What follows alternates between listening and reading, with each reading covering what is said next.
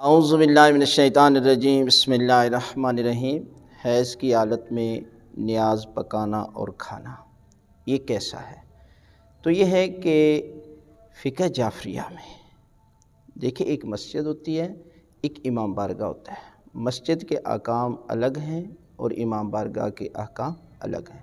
یعنی مسجد میں عورت حیض کی حالت میں نہیں آ سکتی، لہذا امام بارگاہ میں وہ جا سکتی ہے، اس لیے کہ وہاں پر جو ہے وہ عبادت کے شرائط اور ہیں۔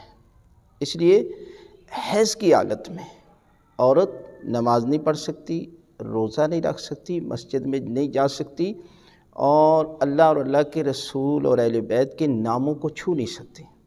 اس کے علاوہ باقی ذکر اذکار کر سکتی ہے، نیاز پکا سکتی ہے، کھا بھی سکتی ہے۔ دیکھیں، یہ ادب کا تقاضا ہے۔ اگر گھر میں اور عورتیں موجود ہیں تو وہ کام کر سکتی ہیں، تو پھر اسے نہیں کرنا چاہیے، اور اگر نہیں تو پھر اسے کر لینا چاہیے، اس لیے کہ یہ اللہ کی طرف سے جو ہے وہ حیض آ رہا ہے، یہ خود تو وہ عورت بے بس ہے، لہذا اس کو یہ سمجھنا کہ یہ نوست ہے، گھر سے نکال دینا یا اسے اس کام میں مدد نہ لینا، یہ اچھا عمل نہیں ہے، بلکہ اس ثواب میں اسے بھی شریک کریں۔ لہذا بعض جگہ پر حکم ہے کہ وہ عورت اس جگہ موجود نہ رہے۔